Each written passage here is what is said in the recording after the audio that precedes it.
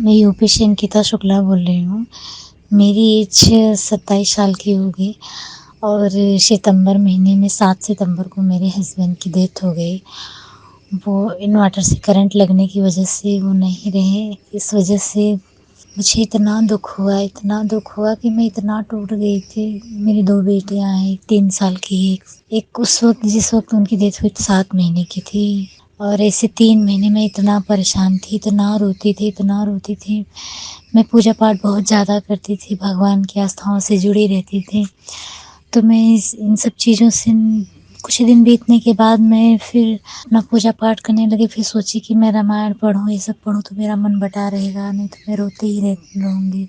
तो फिर मैं रामायण पढ़ने लगी तो कभी पढ़ती, कभी नहीं पढ़ती, छूट जाता था। एक दिन मैं ज़िद लेके संकल्प की कि मैं आज के बाद प्रतिदिन रोज़ रामायण पढ़ूँगी, चाहे तो एक ही पेज पढूँ लेकिन मैं प्रतिदिन पढ़ा करूँगी। हे भगवान, मैं संकल्प करती हूँ कि मैं रोज़ पढ़ूँगी लेकिन आप मुझे सही रास्ते पर ले जाओ।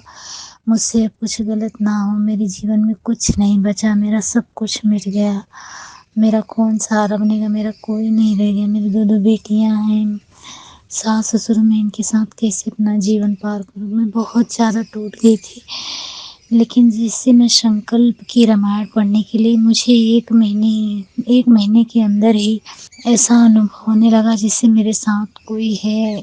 मुझे अजीब-सा महसूस होता था। फिर उसके बाद मैं एक दिन फ़ोन चला रही थी, फ़ोन में मुझे क कोई अपना अनुभव डाला हुआ था बाबा का करके से, तो मैं सुनी, मुझे बहुत अच्छा लगा।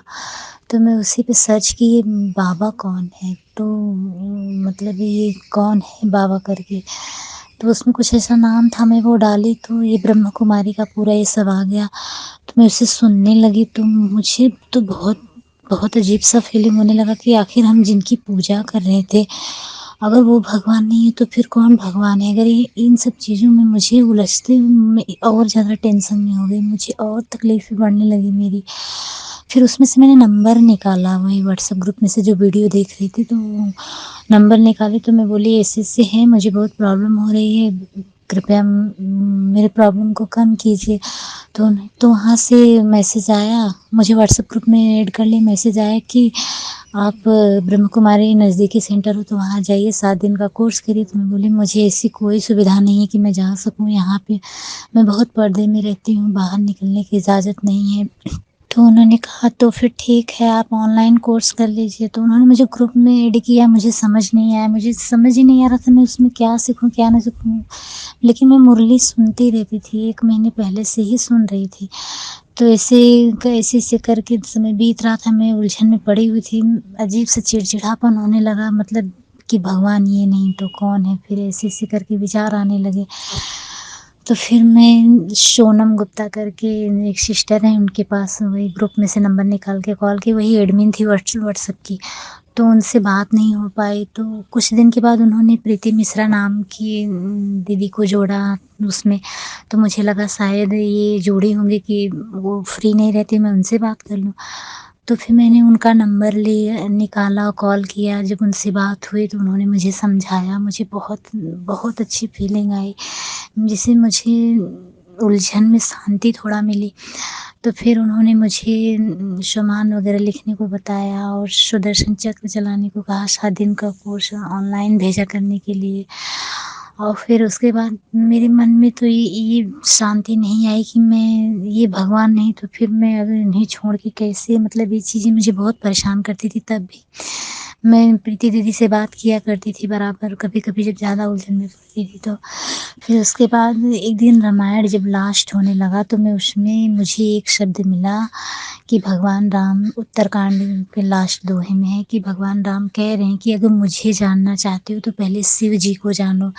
मैं सबसे हाथ जोड़कर विनती करता हूँ कि मुझे छोड़ पहले शिव जी की आराधना करो, पूजा करो। अगर उन्हें जान गए तो मुझे जान गए। तब मुझे लगा शायद यही रामायण के संकल्प ने ही मुझे सही रास्ता दिखाया है। हमारे निराकार शिव भगवान का परिचय तुलसीदास जी ने रामायण में लिखा है। वो दोहा हमारे शिव परमात्मा के ही बारे में लिखा हुआ है। पूरे रामायण रचने से पहले तुलसीदास जी ने हमारे शिव बाबा का परिचय दिया है। वो दोहा इस प्रकार है। बिनु पद चलै सुनै कर बिनु कर्म करे विधि नाना, आनन रहित सकल रस भोगी, बिन वाणी वक्ता बन जोगी। इस दोहे का अर्थ है, बिनु पग चले, बिना पैर के ही निराकार है मेरे शिव बाबा, फिर भी वो चलते हैं, हमारे पास आते हैं। सुने बिनु काना, उनके स्थूल शरीर नहीं है, कान नहीं है, लेकिन फिर भी वो हमारी सारी बातें सुनते हैं। आनन रहित सकल रस भोगी, हमारी तरह उनके पास, जैसे हम स्थूल शरीर में है, चेहरा है, वो तो बिंदु स्वरूप निराकार है। उनके पास आनंद सकल नहीं है, फिर भी वो सारे रसों को, सारी सृष्टियों को रचने वाले मेरे परम पिता परमात्मा उस सकल रस भोगी है। बिन वाणी, उनके पास वाणी नहीं है, वो निराकार है, लेकिन फिर भी सबसे बड़े वक्ता हैं, जो हम आज संगम युग पर सभी बच्चों को पढ़ाने आए हैं, हमें इन दुखों से छुड़ाने आए हैं। हम कितने भाग्यशाली बच्चे हैं कि हम परम पिता परमात्मा के बच्चे हैं। हमें ये ज्ञान मिला और हमें हर ग्रंथों, शास्त्रों में मेरे बाबा का जो परिचय है, वो अब हम जान पा रहे हैं, हम समझ पा रहे हैं। हमारे पापा कितने प्यारे हैं, कितने प्यारे हैं। एक संकल्प ने मेरी ज़िंदगी बदल दी, मुझे हज़ारों संकल्प से जोड़ दिया। मेरा मन विचलित रहता था, मैं बहुत उलझी हुई थी, तब मेरा मन शांत हो गया, जैसे मुझे भगवान ने रास्ता दिखा दिया।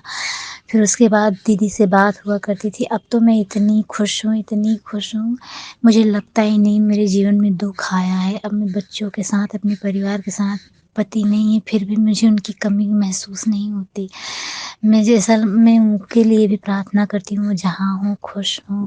अब हम लोग भी बहुत खुश रहते हैं, मेरे मन की सारी चिंताएँ दूर हो गई। मैं डिप्रेशन की बीमारी की पेशेंट भी थी, मेरी बहुत दवा हुई, लेकिन मैं उन दवाओं से इतना नहीं ठीक हुई जितना अब मैं ठीक हो गई हूँ। लास्ट दिसंबर से मैं इसमें 3 दिन पहले से जुड़ी, लास्ट दिसंबर में, मतलब 27 दिसंबर 28 दिसंबर से। समझो मेरे लिए तो ये नया साल नई ज़िंदगी जैसा हो गया। मुझे बहुत बहुत सुकून मिला है। मैं तो सोचती हूँ कि जिस तरह मेरी ज़िंदगी बदली हुई है, बाबा करे सबको ऐसे मिले जैसे मुझे मिले। दुनिया भगवान को ढूँढती है, मुझे तो ऐसा लगता है जैसे बाबा ने मुझे खुद ढूँढ लिया हो। मैं बाबा को बहुत बहुत शुक्रिया करती हूँ, बहुत शुक्रिया। उन दीदियों को भी शुक्रिया करती हूँ, प्रीति दीदी को भी शुक्रिया करती हूँ, जिन्होंने मुझे रास्ता दिखाया। मैं जब भी किसी चीज़ से विचलित होती हूँ तो उन्हीं से बात करती हूँ, वो मुझे समझाती हैं। शुक्रिया दीदी, शुक्रिया ब्रह्म कुमारी वाले को, शुक्रिया।